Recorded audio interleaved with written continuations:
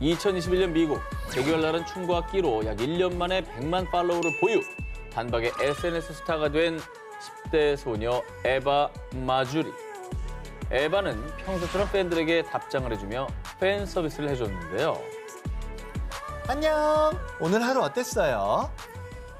그런데 에바가 한 팬에게 보낸 이 평범한 메시지가 크나큰 비극을 불러왔습니다. 헐. 근데 그걸로 착각했나 보다. 아하. 자기를 좋아한다고. 답장을 받은 사람은요, 10대 팬이었던 에릭이었습니다. 역시 에바도 나를 특별하게 생각했던 거야. 우린 운명이야. 에바의 친절에 마치 자신이 특별한 사람이 된 듯 착각에 빠진 에릭은 팬을 넘어 점점 광기 어린 집착을 보였습니다. 에바의 사진과 영상을 수집하던 에릭은 에바에게 셀카를 요구하더니 에바, 셀카 말고 은밀한 사진 좀 줄 수 없을까? 우리 사이에 이런 것쯤은 아무것도 아니잖아. 신체를 노출한 사진까지 요구하며 선을 넘었습니다. 신고하고 차단 먹여야지. 이 정도면 성범죄죠, 이제. 그렇지, 뭐 완전히 신체 사진을 은밀한 보내라는 사진. 거 이게 무슨 팬입니까? 뭐라는 거야 이게. 자, 이 사실을 안 에바의 아버지 로버트는요. 이건 엄연한 범죄야. 한 번만 더 내 딸에게 연락하면 가만 안 둬. 라며 강하게 경고. 그리고 에바도 SNS에서 에릭을 차단했는데요. 하지만 에릭의 스토커 행각은 여기서 끝이 아니었습니다. 에바의 주변 친구들에게 돈을 주거나 숙제를 대신해주며 에바의 사진, 번호, 개인정보를 얻었고요. 참고로 에릭은 2대 휴대폰에 무려 에바의 사진 수천 장, 수백 시간 분량의 영상을 보유하고 있었습니다.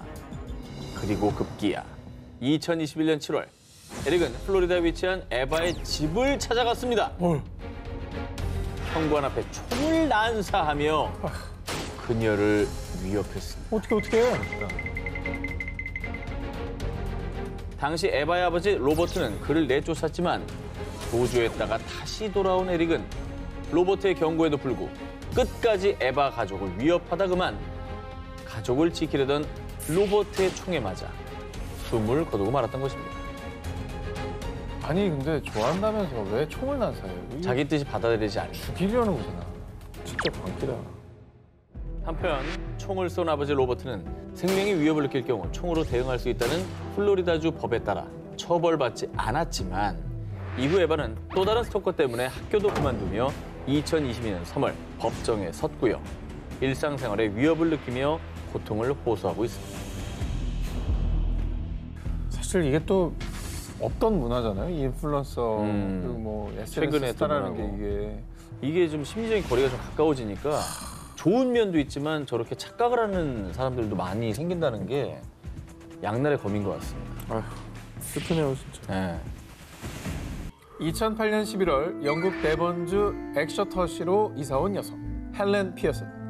자, 그런데 말입니다. 이사를 온 지 몇 달 지나지 않아 헬렌은 이상한 일을 겪게 됩니다. 아니, 내 자전거가 왜 여기 버려져 있지? 자전거 타이어가 망가진 채로 발견. 그리고 며칠 뒤엔 집 자물쇠가 망가져 있었는데요. 도둑 들었나 보네. 아니면 이분이 새로 이사 왔다 그랬으니까 어.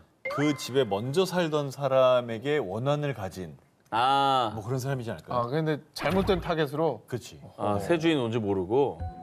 자, 겁이 난 헬렌은 경찰에 신고했지만 경찰은 범죄 사건이 아니라고 판단해 적극적으로 조사에 나서진 않았고요. 그 사이에 상황은 더욱더 심각해졌습니다. 헬렌의 자동차 타이어에 펑크를 낸 것뿐만 아니라 내가 제대로 공격하면 어떻게 대처할지 보고 싶구만. 비명을 지르려나? 그럼 지금부터 게임을 시작하지. 헬렌 앞으로 익명의 편지를 발송. 심지어 집 근처 길바닥에 죽어라 헬렌이라는 무시무시한 협박을 적어놓기도 했는데요. 다이 헬렌 다이. 왜 저래? 뭐 원한이 있어요? 이건 진짜 너무 무서운데? 이건 원한이 있는 건데. 자, 그렇게 장장 5년이 흐르고 2013년 10월 결국 끔찍한 일이 발생하고 말았습니다. 외출한 헬렌을 덮친 한 남성. 그는 흉기로 헬렌의 목과 등 얼굴을 무려 8차례나 찔렀는데요. 어머머. 정말 다행히도 목격자가 남성을 제압. 헬렌은 간신히 목숨을 구했습니다. 목격자 아니었으면 죽을 뻔했네. 그렇죠. 진짜로. 현장에서 체포된 범인의 정체는 조 윌리스. 그는 범행을 저지른 이유에 대해 제가 얼마나 사랑했는데 저 여자는 내 사랑을 무참히 짓밟았다고요. 전 남자친구예요, 그러면? 어쨌든 간에 전 남편이 전 남친이든 간에 이별을 했으면 그냥 받아들여야지. 이게 뭐 하는 짓입니까 이게. 그런데 어. 헬렌의 입장은 달랐습니다. 저를 사랑해서 한 행동들이었다고요? 대체 언제부터요? 뭐야 관계가 없어? 조는 전 남자친구도 전 남편도 아니었습니다. 뭡니까? 그럼? 뭐야? 사실 조는 헬렌이 이사 온 아파트의 이웃집 남성입니다. 그는 동네에서 헬렌을 마주칠 때마다 어? 날 보고 웃으며 인사하네. 나한테 관심 있나? 근사한 레스토랑에서 데이트하면 좋아하겠지? 결혼하면은 우리 집을 팔고 저 헬렌 집에서 살까? 뭐야, 한 번 웃었더니 결혼하고 집 파는 것까지 간 거예요, 생각이? 친절하게 웃으며 인사하는 헬렌에게 푹 빠졌고요. 혼자만의 사랑을 키웠습니다. 그러던 어느 날 헬렌, 주말에 나랑 공연 보러 갈래요? 어머, 주말에 약속 있는데 미안해요. 이 한 번의 거절이 끔찍한 스토킹이 시작된 진짜 이유였습니다. 어? 데이트를 거절한 헬렌에게 배신감을 느낀 조는 그녀를 스토킹하기 시작. 무려 5년 동안 지독하게 괴롭히다 결국 살해 시도까지 한 겁니다. 아니, 이러니 애들한테 주변 사람들한테 친절해라, 웃으면서 얘기해라라고 가르칠 수 있겠냐고. 더욱더 안타까운 사실은요. 헬렌은 스토킹을 당하는 동안 무려 125번이나 경찰에 신고했지만 경찰은 증거가 없다는 이유로 이를 묵살했던 건데요. 결국 살인 미수 혐의로 체포된 조는 무기징역을 선고받게 됐고요. 5년의 지독한 스토킹은 상처만을 남긴 채 막을 내리게 됐습니다. 그 동네 경찰은 직무유기로 처벌 안 받았답니까? 좀 미리미리 수사를 잘했다면 이런 일까지는 그럼요. 없었겠죠. 2017년 8월 어느 오후 인도 우타르 프라데시주에 위치한 시장에 동생과 들른 15세 소녀 라니아. 그런데 잠시 후 시장은 비명과 함께 아수라장으로 변했습니다. 저기 사람 손목이 떨어져 나갔잖아. 얼른 경찰을 불러. 시간이 손목이 떨어져 나갔다고요? 손목을 누가 잘랐어? 라니아는 누군가로부터 공격을 당해 손목이 잘려나가는 끔찍한 사고를 당했습니다. 어우, 야, 손목을 왜 잘라? 아니, 도대체 누가 그런 거예요? 왜? 소녀를 공격한 사람은 스토커 비노드 차우라지아. 그는 평소 라니아를 쫓아다니며 끈질기게 괴롭혔습니다. 스토커 비노드는 거절 의사를 밝힌 라니아의 근처를 맴돌며 공포감을 조성하는 것은 물론 심지어 미성년자인 라니아를 성추행하는 파렴치한 짓까지 저질렀습니다. 고작 15세밖에 안 되는 어린 라니아는 몇 달 동안 비노드의 스토킹 때문에 고통과 두려움에 시달려야 했고요.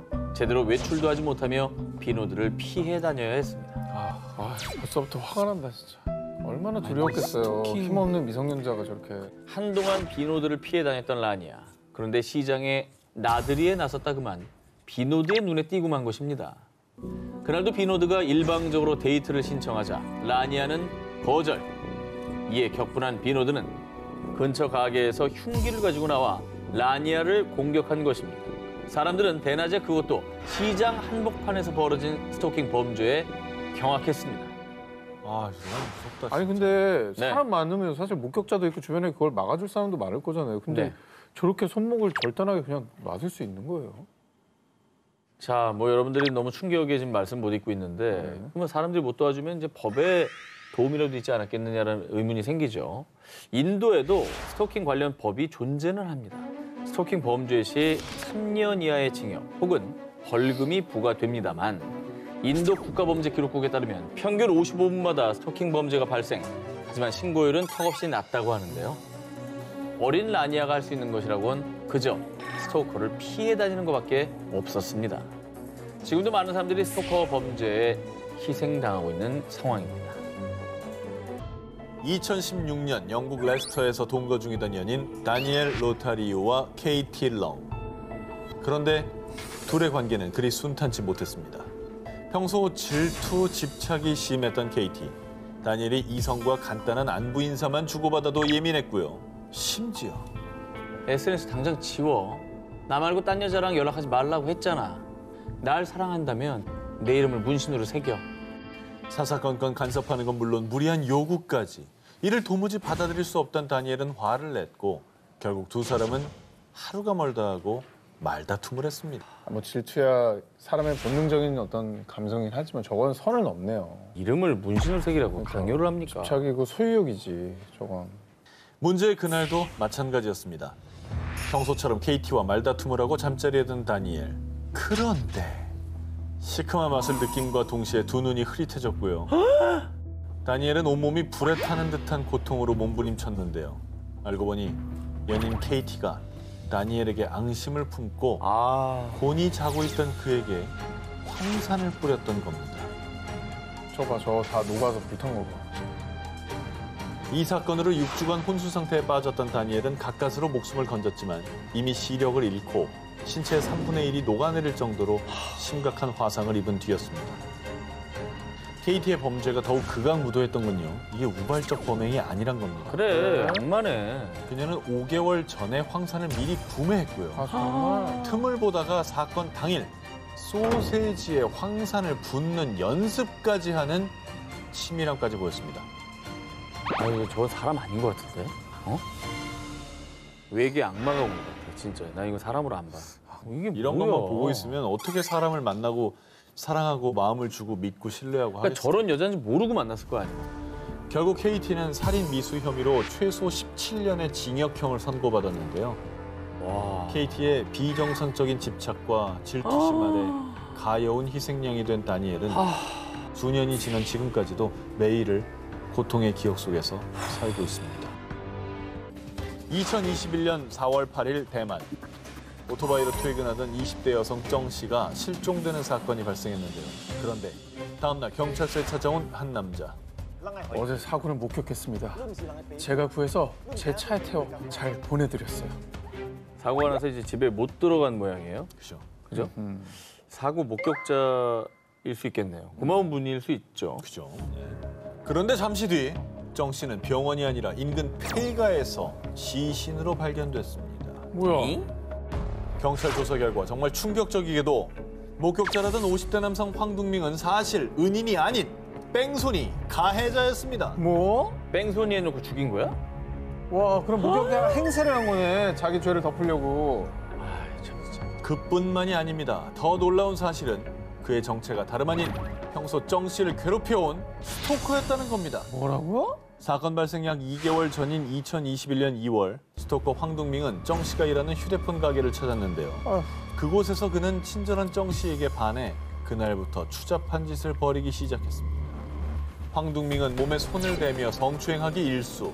그리고 가정이 있는 정 씨가 분명히 싫다고 했음에도 불구하고 그녀의 출퇴근길을 미행하거나 불쑥불쑥 나타나 스토킹했습니다. 그리고 사건 당일 지인에게서 차를 빌린 스토커 황둥밍은 오토바이로 퇴근하는 정 씨를 미행, 고의로 추돌 사고를 일으켰고요. 뭐? 머리를 부딪혀 의식을 잃은 정 씨를 자신의 차에 태워 납치, 추악하게도 폐가에 데려가 추행한 뒤 결박한 채 유기했고요. 그렇게 병원에 가서 치료만 받았어도 살 수 있었던 정 씨는 차디찬 바닥에서 목숨을 잃었습니다. 심지어 스토커 황둥민은 뻔뻔하게도 경찰서로 찾아가 가짜 목격자 행세, 수사에 혼선을 주는 인간 말종짓을 벌였는데요. 말종이네, 말종. 하지만 결국 경찰 조사로 그의 스토커 짓이 여과 없이 드러났고요. 그는 살인죄, 강제 추행 혐의로 기소. 자신의 스토킹 범죄를 교통사고로 위장하려 한 그는 현재 법의 심판을 기다리고 있습니다. 뭘 기다려. 정씨 스토킹 사건을 계기로 대만 내에서 스토커 관련 법 마련의 목소리와 비난이 거세지자 대만 정부는 뒤늦게 스토커 처벌법을 제정, 올해 6월 도입을 앞두고 있습니다. 스토커 때문에 사랑하는 아내를 떠나보낸 남편. 그는 아내를 지켜주지 못한 자신을 탓했는데요. 더 이상 아무 잘못도 없는 이들이 자책하는 일이 없기를 바랍니다. 2018년 러시아. 16살 소년 키릴 볼스키는 SNS 동호회 활동 중 크리스티나 캄라예바라는 동갑 친구와 사랑에 빠졌는데요. 자기야, 내가 얼마나 사랑하는지 알지? 우리 자기 사진만 봐도 너무 좋다. 우리 조만간 꼭 보자. 비록 사는 지역이 달라 랜선에서만 만날 수밖에 없었지만 볼스키의 사랑은 뜨거웠습니다. 요즘 뭐 랜선 연애는 되게 많은 일이니까. 많아요, 예. 좋은 결말도 많이 알려드렸는데 이게 주제가 주제인 만큼 볼스키는 가족 결혼식 때문에 캄라 에바가 사는 곳에 방문할 예정이었고요. 그렇게 두 사람은 드디어 설레는 첫 만남을 갖게 됐습니다. 그런데 말입니다. 캄라 에바는 볼스키를 만난 뒤 감쪽같이 실종되고 말았는데요. 응? 실종 신고를 받은 경찰은 마지막 목격자였던 볼스키를 유력 용의자로 지목했는데요. 그는 처음엔 혐의를 부인했지만 거짓말 탐지기 검사 결과 볼스키의 알리바이가 거짓으로 드러나며 결국 그는 캄라 에바를 살해했다고 실토했습니다. 아니 왜? 왜 죽여? 왜? 사랑하는 사이 아니었어요? 그렇게 어렵게 만나서 왜 죽여요? 왜? 놀랍게도요. 사실 두 사람은 연인 관계가 아니었습니다. 사랑하는 감정을 가진 건 볼스키 단 한 사람뿐. 뭐 어떻게 된 거야? 캄라 에바는 볼스키를 그저 친구로 대했지만요. 캄라 에바가 너무 좋았던 볼스키는 혼자만의 망상 연애를 시작. 다른 친구를 질투하고 또 자녀 계획까지 세우는 등 마치 자신이 캄라 에바의 남자친구라도 된 마냥 망상에 빠졌던 겁니다. 그냥 랜선 친구로 생각했던 것 같은데 상대방은. 그냥 멀리서 오니까 그냥 만나서 뭐 커피 한잔 하려고. 그냥 뭐 그랬나 친구니까. 볼스키는 만날 명분을 만들기 위해서 가족의 결혼식이 있다고 거짓말한 거고요. 그렇게 하바롭스크에서 무려 6,000km 이상 떨어진 멀고 먼 모스크바까지 찾아갔고요. 드디어 캄라 에바를 만난 볼스키는 자신의 감정을 당당히 고백했지만 자신의 상상과는 다르게 그녀가 고백을 거절하자 분노를 참지 못하고 잔인하게 살해, 시신을 근처 쓰레기통에 유기했던 겁니다. 어긋난 소유욕과 집착은 결코 진정한 사랑이 아니라는 걸 반드시 명심하길 바랍니다. 2021년 4월 미국 워싱턴주 외출해서 돌아온 54살 제임스는 아내 알리나에게 폭탄 발언을 했는데요. 어쩔 수 없었어. 난 더 이상 숨길 이유가 없어. 정말 우리한테 미래는 없구나. 당장 이혼해. 바람을 폈거나. 그렇죠. 아니 뭐 범죄를 저질렀거나. 아니 믿음을 상실할 만한 그 중대한 이유가 있었던 거 아닐까요? 그래서 뭐 혼외 자식이 있다든가 뭐 이런 어우, 식의. 충격적이죠. 두 분 다 이제 그런 식으로 생각을 하시는데 네네. 들어보시죠. 제임스와 알리나가 결혼 생활에 위기를 맞게 된 이유. 내가 그렇게 얘기했는데 어떻게 백신을 맞을 수 있어? 바로 남편 제임스가 코로나19 백신을 맞았기 때문입니다. 백신이 무슨 이혼 사유야. 너무 어이없네. 어이가 없네. 사실 아내 알리나는 백신이 자폐증을 일으킨다는 한 다큐멘터리 영화를 본 이후로 백신을 맹렬히 거부. 자신은 물론 남편과 아이들까지 백신을 맞지 못하도록 극도로 반대해왔고요. 백신 반증을 위한 연구는 물론 백신 반대 모임을 가지고 아이들을 학교에 보내는 것조차 거부할 정도였습니다.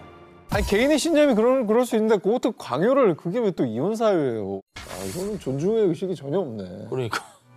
알리나의 안티 백신은 날이 갈수록 심해졌고 제임스는 사랑했던 아내가 점점 낯선 사람으로 변해가는 것이 안타까웠습니다.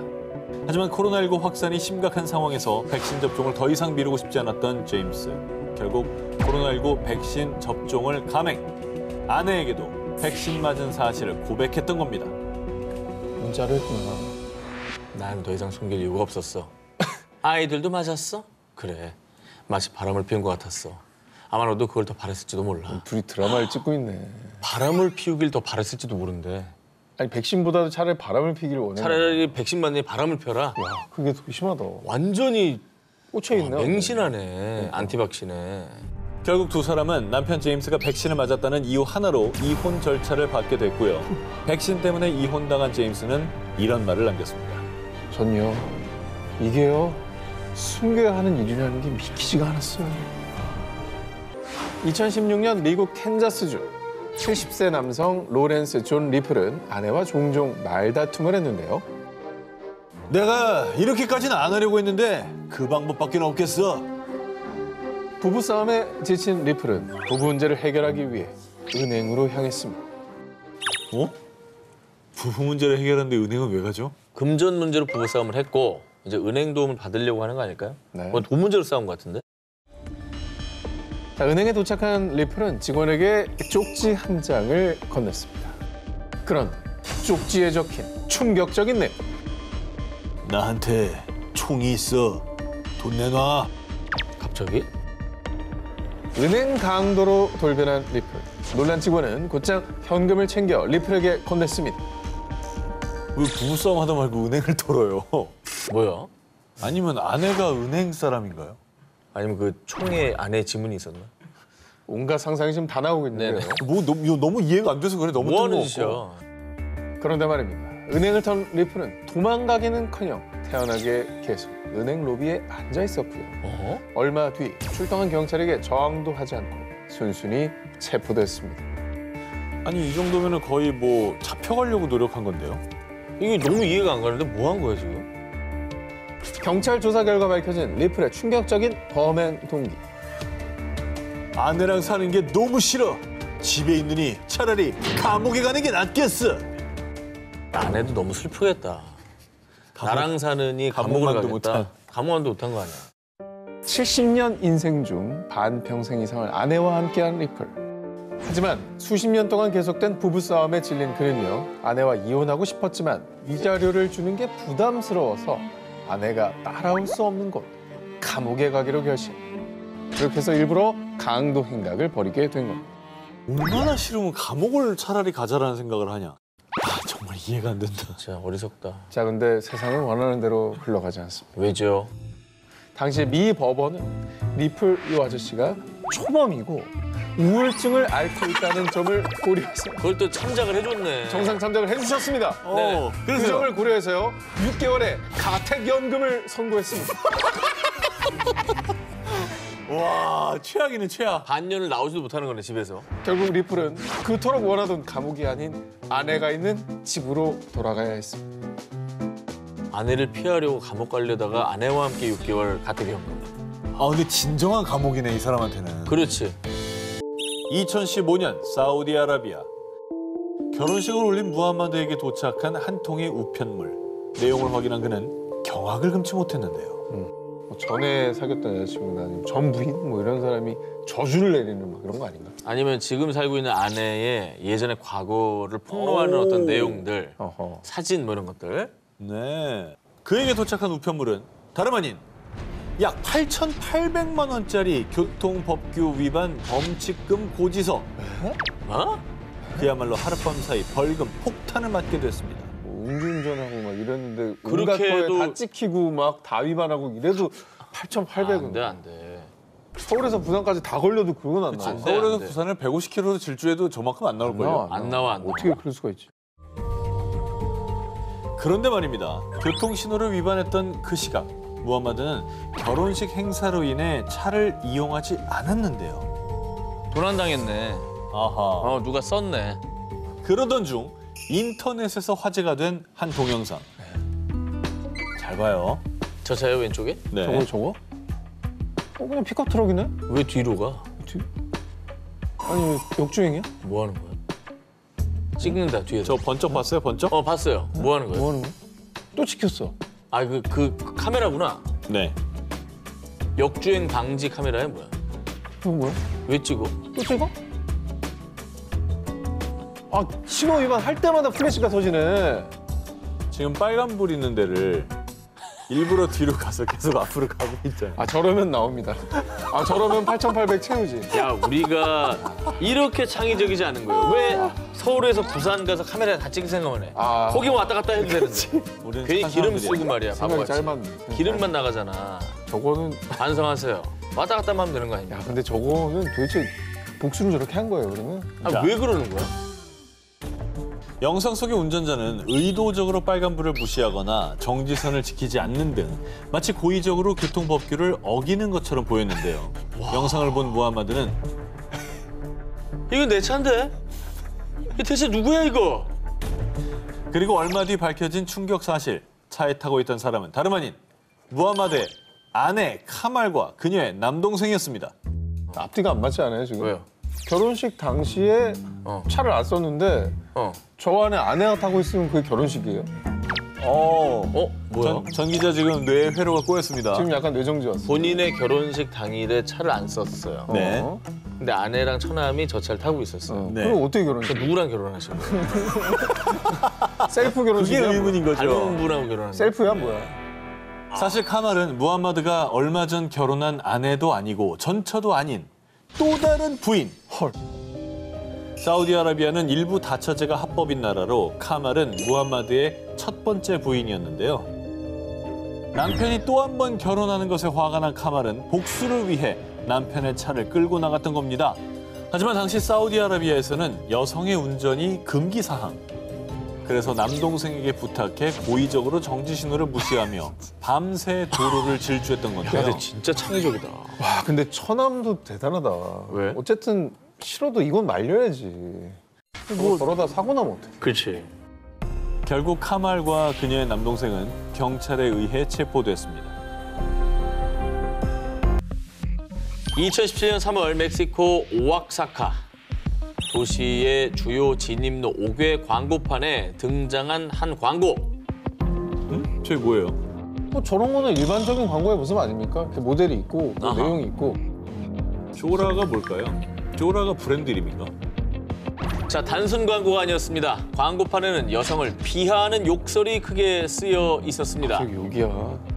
사진 속의 여성의 실명은 물론 SNS 주소와 직장 주소까지 공개돼 있었습니다. 그러니까 내연녀 뭐 이런 거 상간녀 이렇게 뭐 하하. 고발하는 게 아닌가 싶어요. 자, 사연 이랬습니다. 어느 날 남편의 외도 사실을 알게 된 마리아는 더 이상은 못 참아. 전국적으로 망신 좀 당해봐라. 여러분, 좌표 찍어드렸어요. 화력을 모아주세요. 자신의 남편과 바람을 피운 여성의 신상을 차량 통행량이 많은 대로변의 광고판에 떡하니 게재한 것입니다.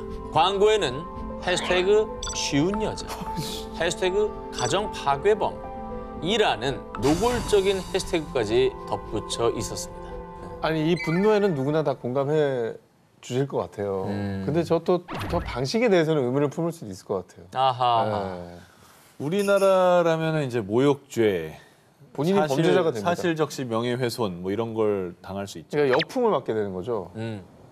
이 광고가 화제가 되자 당국은 당장 광고를 철수하도록 지시. 하지만 일부 누리꾼들은 개인 간의 문제를 왜 정부가 중재하냐라는 비판을 쏟아냈습니다. 하지만 오악사카주는요, 해당 광고가 한 개인을 사회적으로 매장시키려는 젠더 폭력 행위이므로 개입할 의무가 있다고 주장.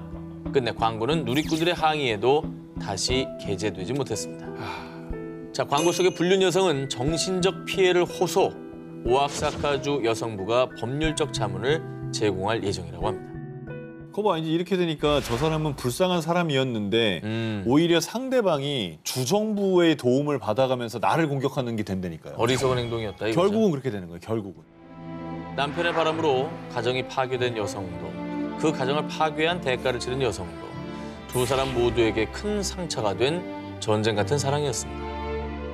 2018년 영국, 22년 동안 결혼 생활을 이어온 50대 올리버와 아멜리아 부부는 몇 년간 지속된 불화로 이혼을 결심했습니다.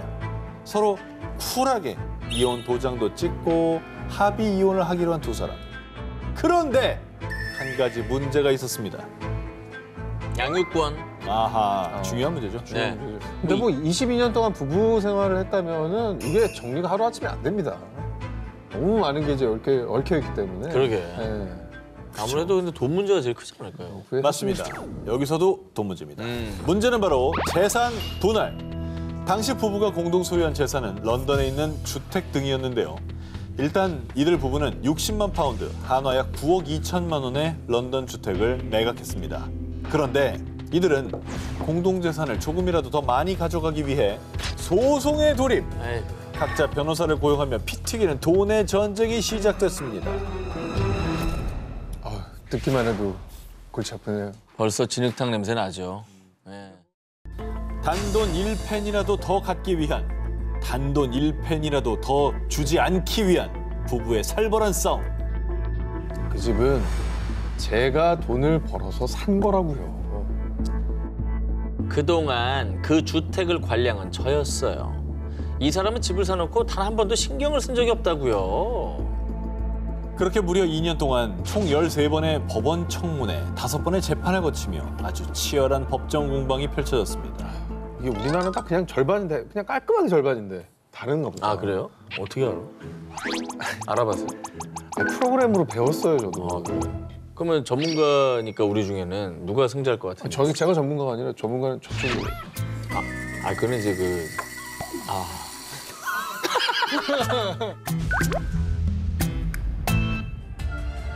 최후의 승자는 바로 남편도 아내도 아닌 로펌이었습니다. 변호사만 돈 벌었네. 아까 그 씁쓸한 거예요. 수익료 많이 나왔구나. 로펌이 최후의 승자가 된 이유. 두 사람은 2년이나 이어진 소송으로 공동 자산 대부분을 변호사 비용으로 지출. 아이고. 그 결과 두 사람에게 남은 자산은 고작 £10,000, 약 1,500만 원에 불과했습니다. 9억 원 어디 갔어?